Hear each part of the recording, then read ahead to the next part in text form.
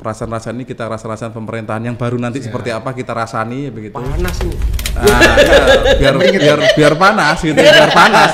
Kadang-kadang kalau nggak panas nggak didengarkan. Kalau menurut aturan ini seharusnya PDIP ini sudah bisa mengusung nih partainya sendiri. Kenapa kok masih harus buka penjaringan? Apa nggak pede dengan kader sendiri? Ini apa Jombang kok gitu? Apakah Jombang ini jawab saya jawab. Jombang ini wilayah khusus ataukah malah sekatane Mahariku?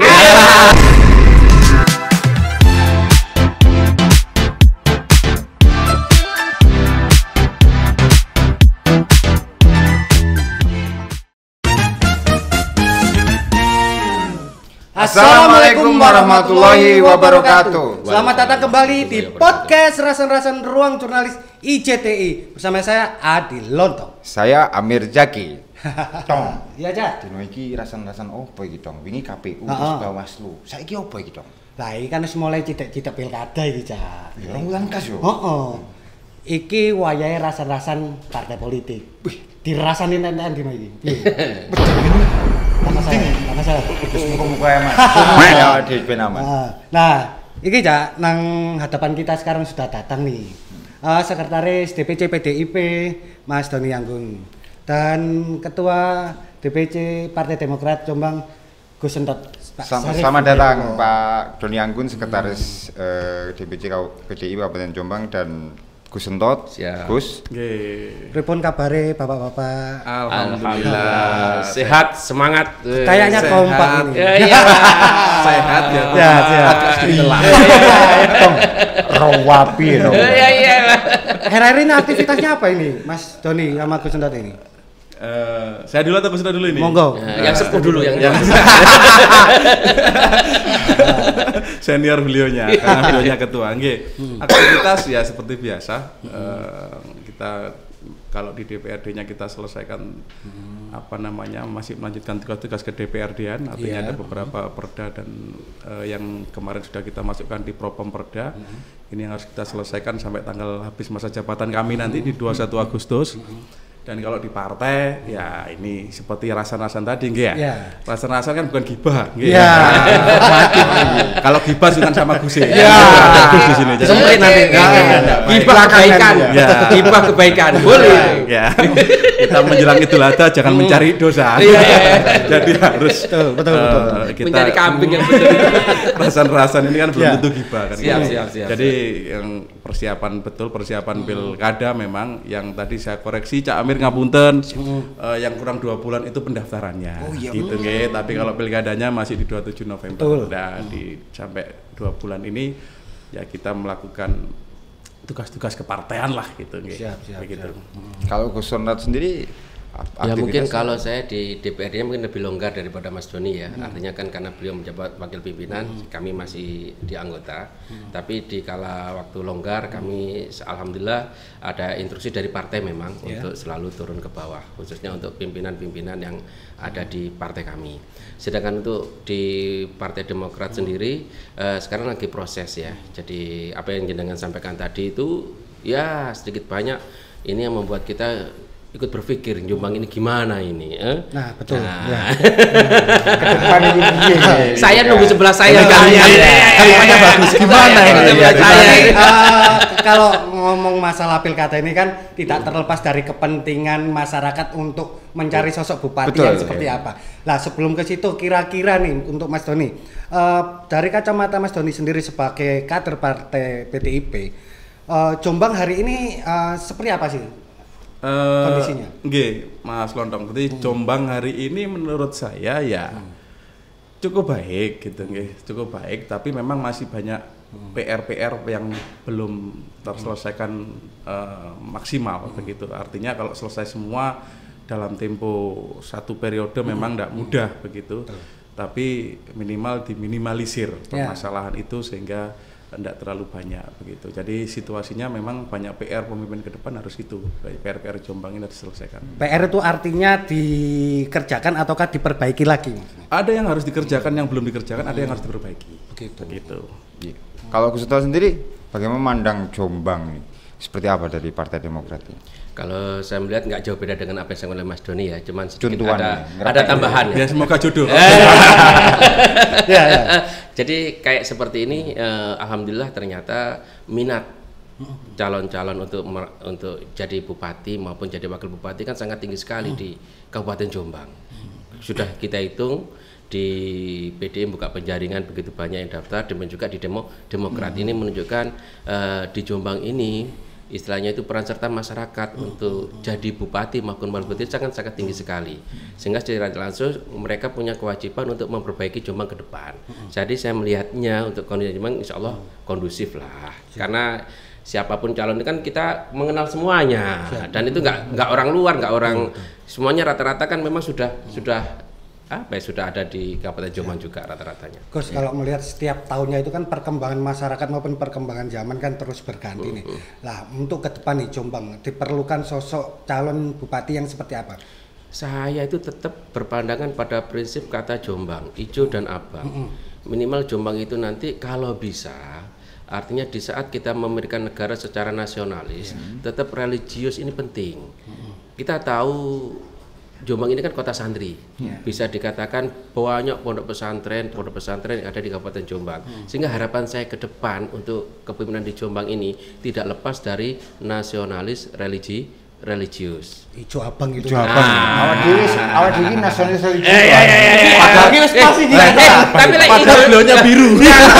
ijone wong Madura. Oke ya. Bangga menang lah.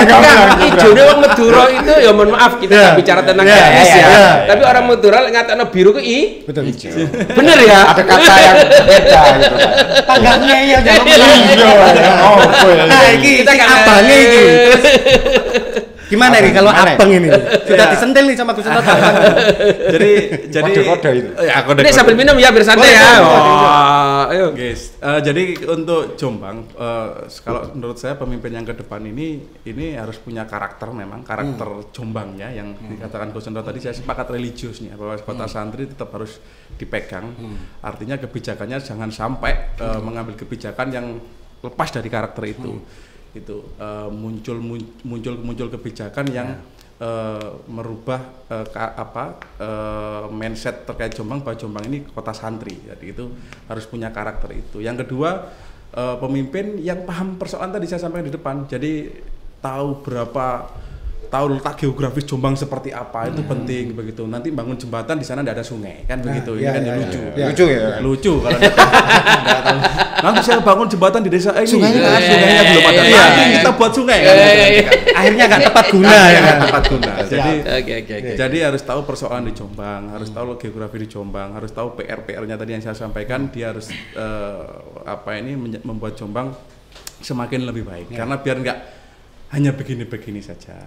Iya, kalau menyambung itu ya, Tong ya. PDIP kan kemarin sudah membuka penjaringan ya untuk calon-calon itu. Sudah berapa Pak yang mendaftar?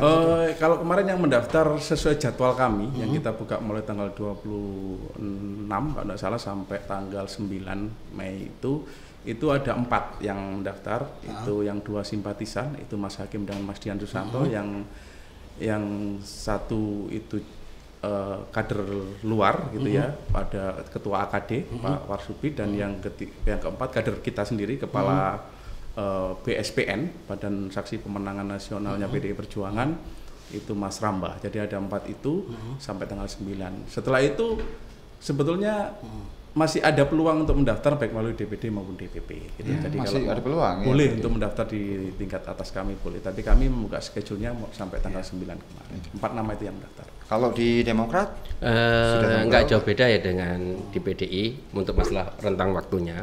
Alhamdulillah sampai detik ini ada 6. Kalau 4 sesuai dengan jadwal yang sudah kita tentukan, itu ada Pak Haji Warsubi, ada Mas Sumramba, ada Gus Han, ada Kiai Salman.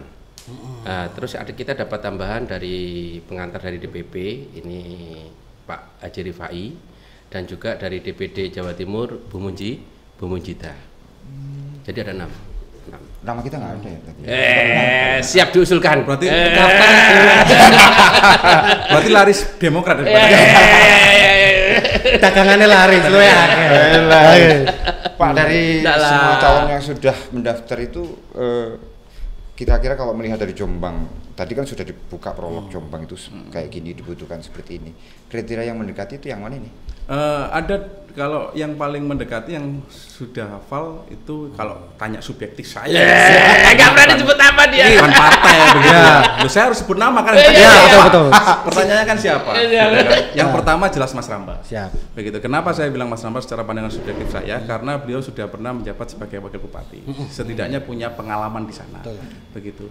Kalau beliau tidak hafal wilayah desa di Kabupaten Jombang, desanya apa saja namanya dan seterusnya, lurahnya siapa ya harus belajar lagi mungkin. Tapi saya pikir beliaunya sudah hafal itu. Terus yang kedua, yang seharusnya juga hafal dengan wilayah Jombang ya Pak Warsudi, begitu. Karena beliau ketua AKD, gitu. Seharusnya dia punya jaringan itu.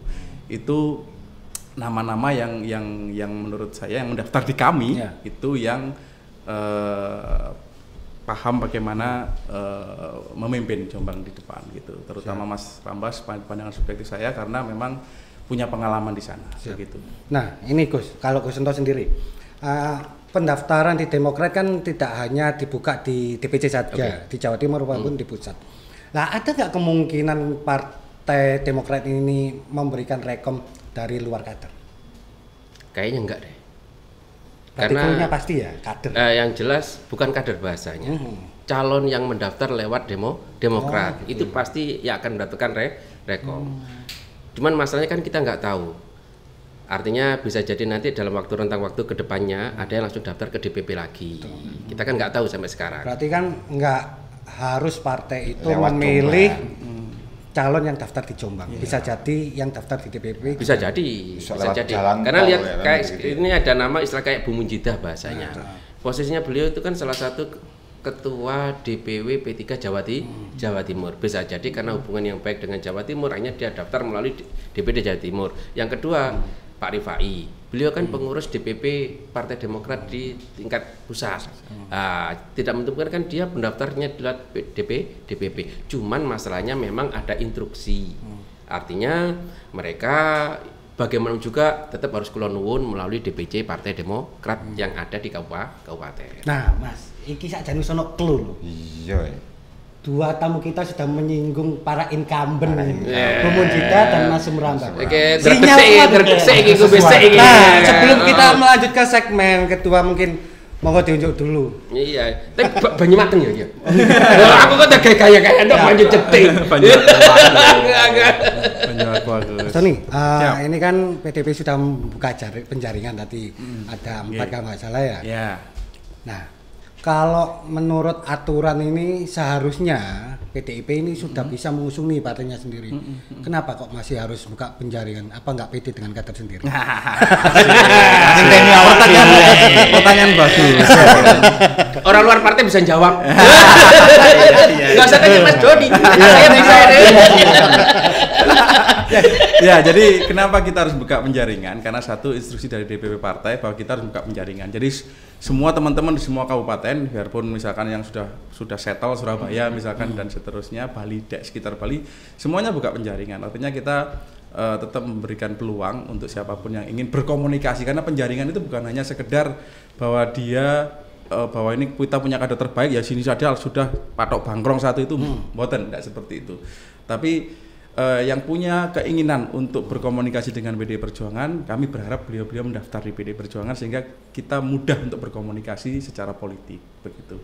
Secara partai, secara itu kita mudah karena beliau punya itikat baik, niatan baik untuk mendaftar melalui PDI Perjuangan. Begitu, Mas Lonto. Apakah ini Sumramba ada Pak Sumramba yang mendaftar? Seperti apa nanti prosesnya? Apakah dia sebenarnya kan kader ya? Kader. Dan ini kemungkinan besar juga mendaftar di Demokrat ya? Demokrat. Kabarnya tadi ya? Bekas kader.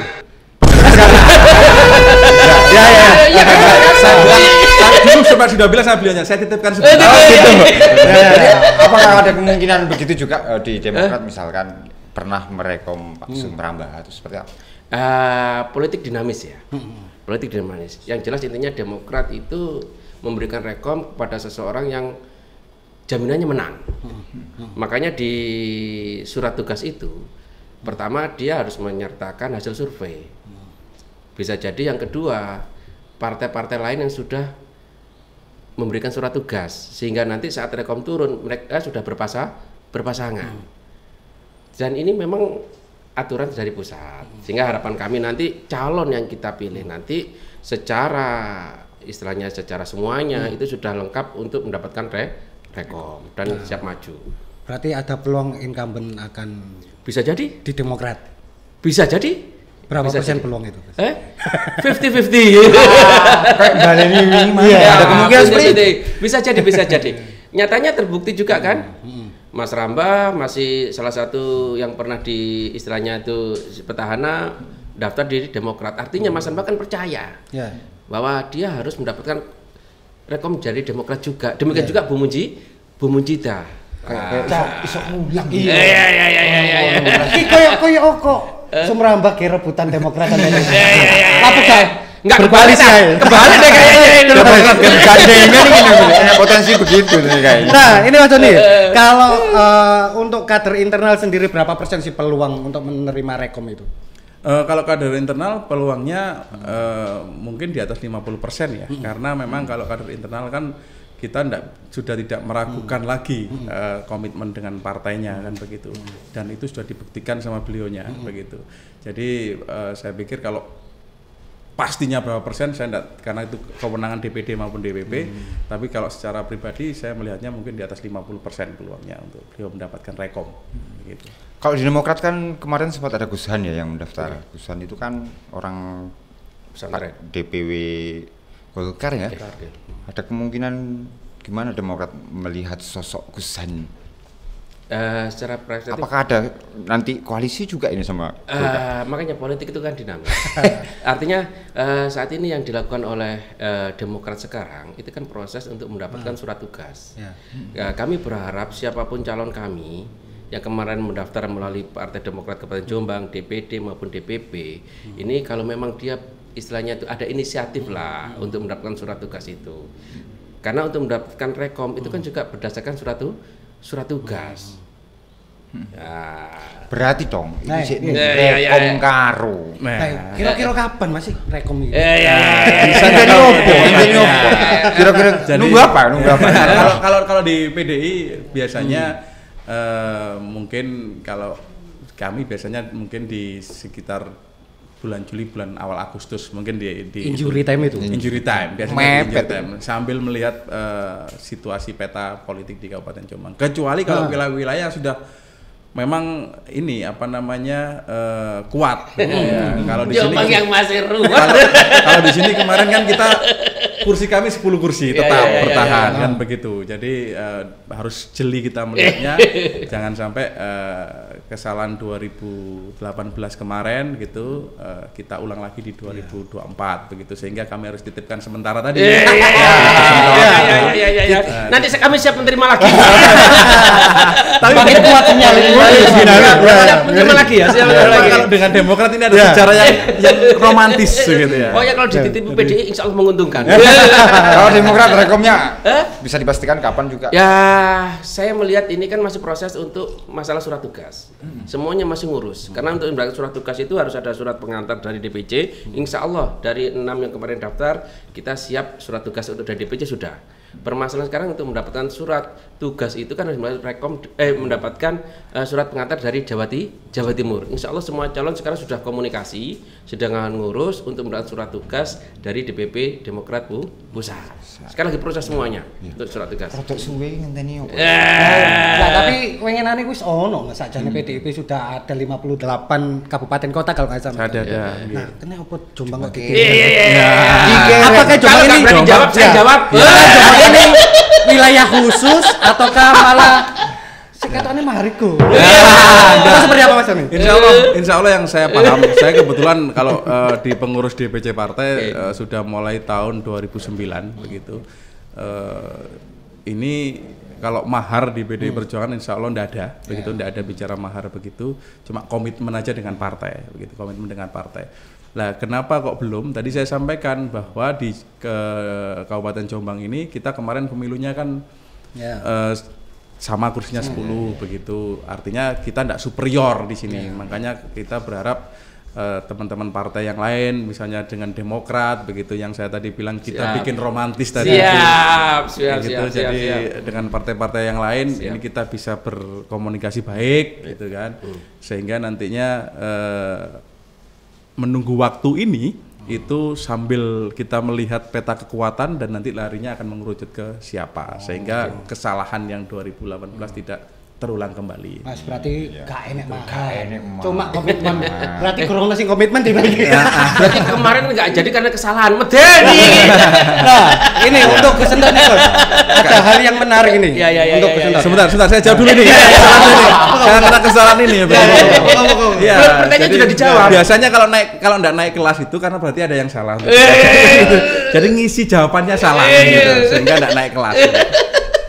Iya, ke Mas Tony dulu aja lagi lah. Iya. Monggo. Mas Tony aja. Kayaknya ini menarik, semakin panas ini sama Mas Tony. Iya. Aku pengen ngegongi. Nah, kalau misalkan Siap. Gus Entot tadi kan ada kok peluang incumbent akan kita pilih lagi, akan kita usung lagi. Nah, Sumrambani. Apakah juga mau nanti kalau sama Bu Munjidah? Nah, saya pikir kalau Mas Ramba, karena beliaunya kader, saya tadi bilang komitmen itu ada di partai, karena beliaunya ini sudah menjadi kader partai dan tidak usah dipertanyakan lagi soal kekaderannya. Beliau akan menunggu instruksi partai. Kalau memang partai menunjuk beliaunya untuk harus bergandeng gitu nggih, dengan berkoalisi dengan atau bekerja sama kalau bahasa di kami dengan Ibu Munjidah, tidak ada persoalan, tidak ada persoalan. Karena kalau di tempat kami kalau itu instruksi ya wajib dijalankan. Menang kalah urusan nanti gitu. Yang penting kita bertarung semaksimal. Nggak titip lagi ya? Enggak. Aku penting lah tetep aneh. Ini kode. Kami enggak akan titip, tapi beliaunya kita ajak serumah gitu. Nah, takutnya itu di saat jadi kita sambil santai. Takutnya. Saya juga optimis sama apa yang kata Mas Doni. Cuman masalahnya itu kan kita butuh kepastian. Mas Rambani dapat tiket enggak dari PDI? Lah begitu pertanyaannya. Kayaknya itu harus diobrolkan di warung kopi. Kalau harus inten. Sebentar, kalau kepastian itu kalau kepastian itu yang punya hanya Ibu Ketua Umum. Semoga ini didengar ya. Semoga ini didengar. Monggo tunjukin. Oke, siap. Terus saya baca beberapa kali di media itu kan ada pernyataan Gus Entot yang menarik, bahwasanya Gus Entot dengan Demokratnya itu menyatakan mendukung Warsupila. Benar atau enggak tuh? Saya tidak memungkiri itu karena itu sebagai personal. Dari awal memang ada perintah partai kami untuk mempertahankan koalisi Indonesia Maju, ya kan? Tapi sampai detik ini di antara beberapa koalisi Indonesia Maju, khususnya dari teman kami Gerindra, ya sampai sekarang belum ada kabar saya. SMS nggak ada. Ini berarti masa Demokrat mulai ragu-ragu. Iya. Tapi komunikasi ini ada. masa saya ngomong gue ini gerak ndang urusan ngono. Sentilan Gus. Sehingga jujur saja itu pertemuan itu saya kronologisnya seperti ini. Di saat koalisi Indonesia Maju itu syukuran di rumah salah satu ketua partai yang Gerindra itu, yang notabene abahnya kan Haji Warsubi. Di situ kami alhamdulillah ada sedikit usulan, celetukan, guyonan dan sebagainya, dan alhamdulillah tidak serius. Kami sepakat mempertahankan koalisi Indonesia Maju dengan mengusung Pak Haji Warsubi. Tapi di situ kan saya tulis juga politik dinamis. Berarti ada kemungkinan Kim itu juga akan berjalan di Jombang. Bisa jadi, karena kita kan sebagai ketua partai kita kan mengikuti instruksi dari atas. Apalagi dari atas juga berharap pilkada ini kan linear dengan pilihan gubernur. Iya, kalau di media itu juga kan menyampaikan Gus Entot kan menyadari kalau Demokrat ini hanya 6 kursi. Artinya tidak bisa maju mendaftarkan sendiri. Butuh tambahan partai untuk berkoalisi. Lah, jenengan waktu itu menyatakan bahwasanya kita akan mempertimbangkan kayak wong wedok ahli sejarah ya.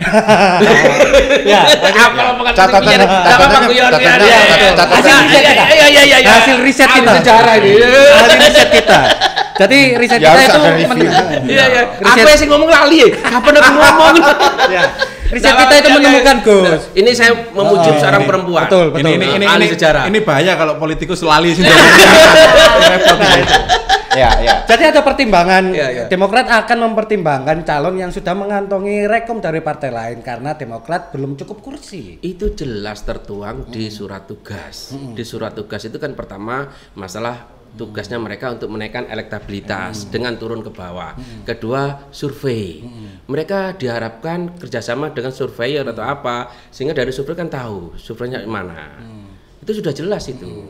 Dan juga nanti rekom itu turun di saat mereka sudah mengantongi rekom dari partai yang lain. Akhirnya gerbong Demokrat untuk mengusung ini bisa berangkat. Kita kan nggak mungkin ngasih rekom di saat kursinya kurang. Tapi keputusan rekomendasi ini keputusan DPP Partai Demokrat Pusat.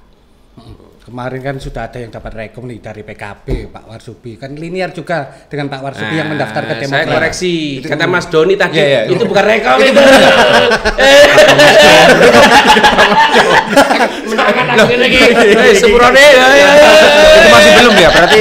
Berarti kemarin itu yang muncul di media masih belum Nah, ini rekom ya? masalahnya begini, tiap partai itu kan beda-beda. Ya. Tiap partai beda-beda. Saya nggak tahu apakah itu rekom. Tapi yang jelas semua orang kan tahu, rekom itu berpasangan.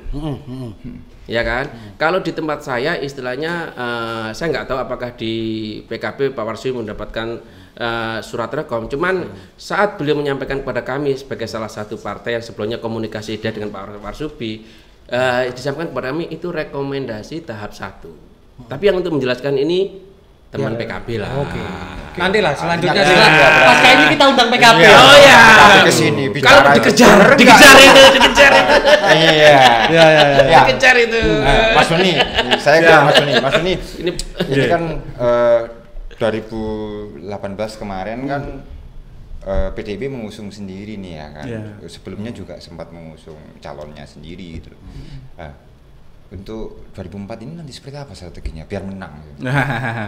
Biar menang makanya kita tidak terburu-buru tadi itu. Kita masih memetakan dan kemungkinan nanti DPP Partai juga memerintahkan kita untuk melakukan survei sekali lagi. Kita sudah melakukan survei beberapa waktu yang lalu. Kita dimintakan untuk melakukan survei sekali lagi. Jadi hati-hati begitu. Karena mengingatkan Demokrat itu ya. Karena kayaknya nggak mau kehilangan tongkat 2 kali ya. Oh iya, kita jangan sampai kehilangan tongkat lagi. Itu untungnya sama Demokrat kemarin dikelaskan untuk dikembalikan. Tapi siap menerima titipan lagi saya. Demokrat ini baik. Joko-joko ini. Gitu.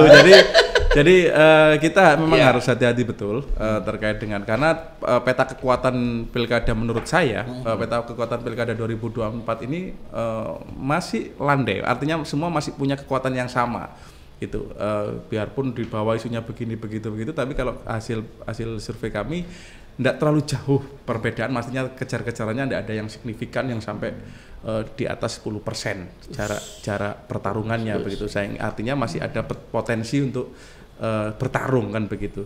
Jadi ini harus hati-hati karena peta kekuatan hampir merata sehingga kliknya harus pas nantinya dan sehingga November nanti kita bisa menang. Nah,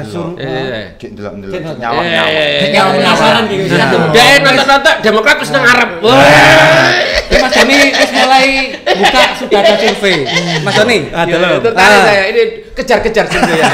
Survei ini survei untuk apa? Untuk mengukur elektabilitas ataukah mengukur mesin partai yang ada di bawah nih? Apa survei ini? Survei untuk mengukur elektabilitas, tingkat kepopuleran dan tingkat keterpilihan begitu. Ini sudah secara internal kami lakukan dan memang tidak kami beritahukan ke siapa-siapa, kami hanya laporkan ke atas ke DPD maupun DPP partai sebagai bahan pertimbangan DPD maupun DPP partai untuk memberikan rekom nantinya begitu. Sehingga kami ditugaskan lagi untuk nantinya mendekati ini untuk mensurvei kembali begitu sebelum rekom diturunkan. Itu terakhir kapan survei dilakukan itu Mas Doni? Kita lakukan setelah hari raya kemarin. Setelah hari raya kamu berarti masih baru-baru saja. Iya, baru-baru saja. Kamu kaping bocoran. Pokoknya kalau bocorannya saya hanya bocorkan bahwa mepet-mepet. Tidak ada yang selisih di atas 3%. Gitu ya? Itu kader apa non kader? Semua kita survei, semua nama yang dimunculkan teman-teman media, namun teman-teman di media sosial maupun siapa nama-nama sampai Gosentot pun kita munculkan. Oh iya, jadi kita munculkan semua nama-nama itu tingkat anunya. Tapi saya nggak tertarik untuk maju loh ya. Makanya saya Demokrat Demokrat kan juga masih nunggu. Makanya tadi bilang di depan gitu kan. Enaknya diajak mundur mau. Demokrat sangat fleksibel gitu untuk kita ajak komunikasi. Mas masa dibocorno halus-halus. Kalau bocor halus enggak di sini di Tempo. Betul. Iya. Menarik sekali nih survei dengan tingkat seperti itu. Kalau Demokrat sendiri seperti apa nanti menghadapi Pilgub Jombang ini? Kemarin kan kita lihat ya kan, Demokrat sempat kalau bicara strategi itu rahasia perusahaan. Tapi sedikit ada bocoran, artinya yang kita umum aja Mas. Jadi contoh kasus, kalau sekarang yang kami lakukan adalah turun ke bawah, ke masyarakat, menyapa masyarakat. Itu saja yang kami lakukan. Jadi tidak ada karena kami melihat dari 6 calon yang mendaftar ini kan semuanya memiliki kans yang sama untuk mendapatkan rekom dan memiliki tadi sudah kemudian Mas Doni secara survei sudah mendekati menang yang hampir sama lah. Artinya terima kasih kepada teman-teman PDI yang sudah melakukan survei. Ini juga kehati-hatian kami lah, artinya ke depan supaya tidak salah memberikan rekom. Tapi yang jelas untuk masalah survei di Partai Demokrat ini yang melakukan adalah pihak DPP dan DPD. Tapi permasalahannya seperti ini Gus. Kalau kan berbeda. Kalau PDI sudah 10, jenengan baru 6. Nah kira-kira siapa yang paling realistis untuk dibidik melengkapi 4 kursi lagi? Apa kursinya masih sama? Atau itu PDI aja lah sudah 16 sudah. Atau tambah ya? Jadi itu Demokrat koalisi. Ya gimana Gus? Saya melihat pertama kami juga mendengar masukan-masukan dari masyarakat yang notabene ke kami dan itu juga sudah kami sampaikan. Artinya dari 6 orang yang daftar, saya mungkin kalau dari background pertama tadi petahana antara bupati wakil bupati kan masih punya pemilikan yang sama. Bisa jadi Mas Ramba mencalonkan bupati, demikian juga sebaliknya Bu Munjita mencalonkan wakil bupati. Bisa jadi kan operan seperti itu. Dan kalau di Pak Warsupi juga sebagai ketua AKD. Kita juga tidak bisa meramaikan Kiai Salman. Beliau ini ketua PSNU, grassroots bawahnya nggak jauh beda dengan ketua muslimat yang saat ini dinyandang oleh Bu Munjita. Kita juga tidak bisa meremehkan Gus Han. Karena beliau ini bisa jadikan tokoh muda Jombang. Mungkin saat ini beliau mungkin daerah lain banyak yang mendengar tentang beliau, tapi saya yakin tinggal gosok aja di Jombang sudah ramai siapa itu Gus Han. Apalagi background pesantren yang ada di belakang. Terus yang terakhir yang perlu saya sebut tadi Pak Rifai. Saya yakin semua orang sudah mengenal siapa itu Pak Rifai. Istilahnya makanya saya tadi bilang kansnya 50%, semuanya itu memiliki kans untuk bisa memimpin Kabupaten Jombang. Cuman masalahnya ini untuk sampai mendekati pilihan nanti apa yang dilakukan 6 calon, keseriusannya. Mereka harus menyiapkan semuanya. Nggak bisa cuman pamer visi misi kemudian kita lama bersemi kembali gitu. Bisa jadi. Gitu, karena politik itu dinamis. Saya tinggal nunggu PDI sekarang. 10 kursi ini loh. Menjanjikan. Oh, enggak gitu Pak, belum ada kabar ini lah. Sentel-sentel lah Bos. Iya. Masyarakat sudah bertanya-tanya. Ada apa ini? Iya, jadi hampir sama sebetulnya dengan Gus. Teman-teman kami yang di internal di struktural partai, misalkan di teman-teman PAC, ranting, anak ranting, juga nanya begitu, ini kapan rekomnya turun begitu. Instruksi kami sama ke teman-teman bahwa yang penting teman-teman komunikasi aja di bawah bahwa PDI Perjuangan pasti punya calon sendiri. Artinya kita pasti punya calon internal kami yang sampaikan bahwa PDI Perjuangan nanti pasti punya kader yang kita majukan dan masyarakat bisa jadi satu begitu dengan kami itu. Mungkin ini Mas Doni sama Gus Dot pertanyaan terakhir mungkin ya. Nah untuk Mas Doni ini, jika menang nanti calon yang diusung, Jombang mau diapakan kira-kira? Jombang ini kalau kami di PDI Perjuangan melihatnya begini, bahwa tadi yang di awal kalau diterjemahkan itu kita ini kan tiap tahun anggaran kita rata-rata di 2,8 triliun gitu kan. Anggaran yang digunakan untuk menyelesaikan persoalan di Kabupaten Jombang yang tidak mungkin cukup kalau tidak dibuat skala prioritas. Kita hari ini juga masih menyusun RPJPD, Rencana Pembangunan Jangka Panjang Daerah, untuk sampai 20 tahun ke depan. Artinya kami menginginkan bahwa ketika pemimpin nanti yang terpilih, bupati maupun wakil bupati, ini arahnya jelas. Arahnya jelas. Ngidul Tangalor itu jelas gitu. Harus jelas bagaimana bicara soal penggunaan anggaran 2,8 triliun ini jangan sampai salah penempatan. Begitu. bagaimana bicara permodalan untuk MKM, baik pemodalan maupun pemasaran, begitu. Bagaimana bicara soal infrastruktur, begitu, yang sampai hari ini belum selesai total. Bagaimana bicara soal penyelesaian pertanian. Kemarin Bapeda menyampaikan misalkan prediksi 5-10 tahun ke depan itu pertanian akan keinginan untuk bertani itu akan berkurang hampir 30%, akan bergeser ke industri pengolahan, begitu. Ini persoalan menurut saya, begitu. Jadi pemetaan Jombang, tadi saya sampaikan harus tahu Jombang geografis itu harus tahu bahwa Jombang Utara Brantas mau diapakan. Yang wilayah agropolitan yang beberapa tahun sudah kita sepakati, mulai Mojo Agung ke selatan sampai Ngoro, itu mau diapakan. Makanya orang tidak mau bertani kalau fasilitasnya tidak ada. Orang tidak mau masukkan invest kalau untuk kawasan industri kalau memang fasilitasnya juga tidak ada, penunjangnya tidak ada. Ini kan tidak ada arahnya jadinya, begitu.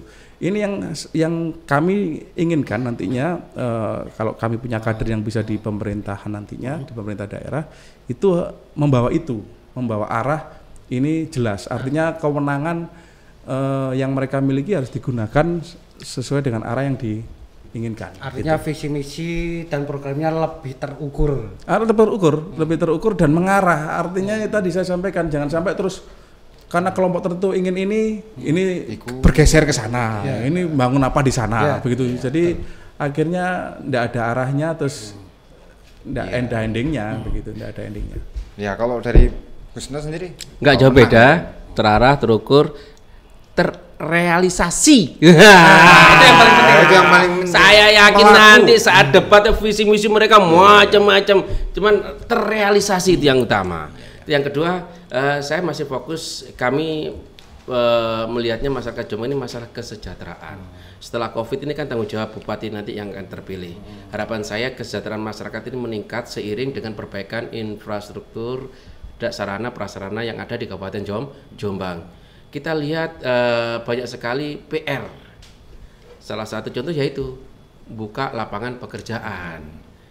Harapan saya nanti bupati terpilih ini, ya kalau masyarakatnya ini sejahtera, saya yakin ini mengangkat Jombang ke depan lebih baik lagi. Jadi saya cluenya kesejahteraan masyarakat.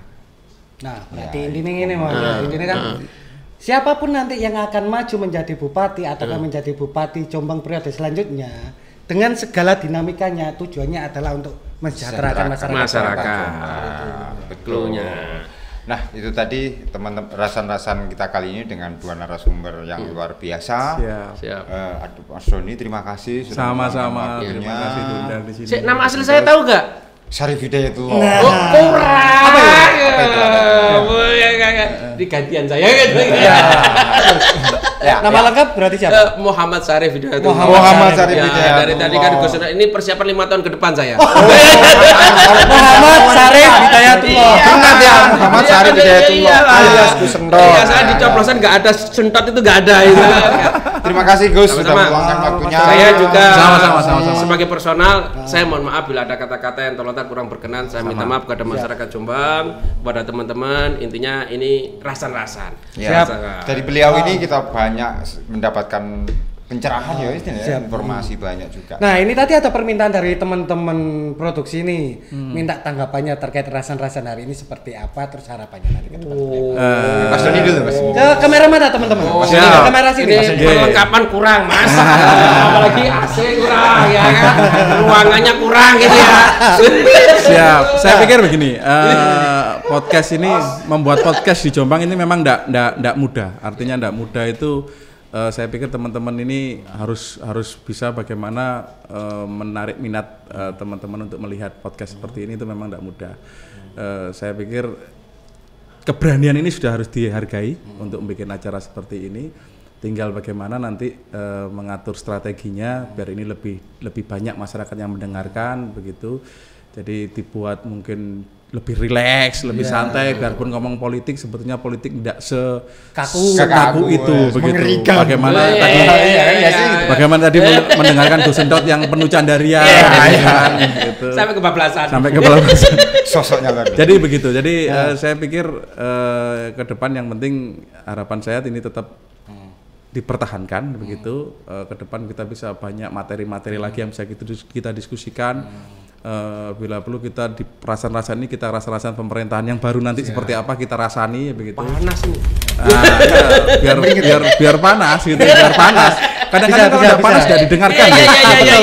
Iya, apalagi sekarang kan metode viral yang harus kita mainkan. Sudah tidak metode demo. Metode viral. Jadi mungkin itu gambaran dari saya, Mas Wanto. Sentot sendiri. Saya jujur saja harapan saya melihat di Jombang sebenarnya sudah banyak ya podcast, tapi saya melihat keistiqomahan mereka ini yang menurut saya perlu kita perbaiki.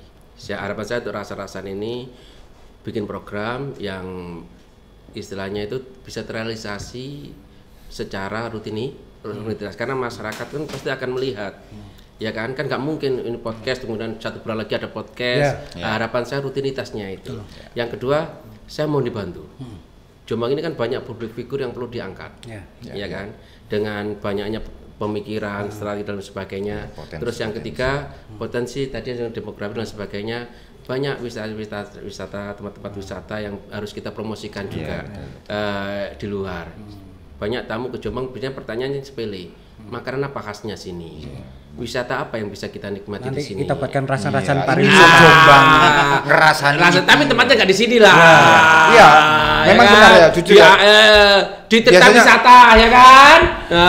Biasanya kita outdoor ya kan. Ini baru masuk ke situ. Ya. Malah di Jadi nambah.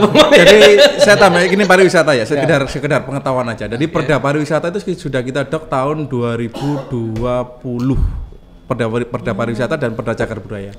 Tapi belum ada implementasi. Nanti kita rasa-rasan itu. Kita rasa-rasan. Oke, sebelum kita mengakhiri rasa-rasan kali ini, ada pantun buat teman-teman ini. Nang Jatim Lerek tuku gelali. Cakep. Tukune lewat pelandaan.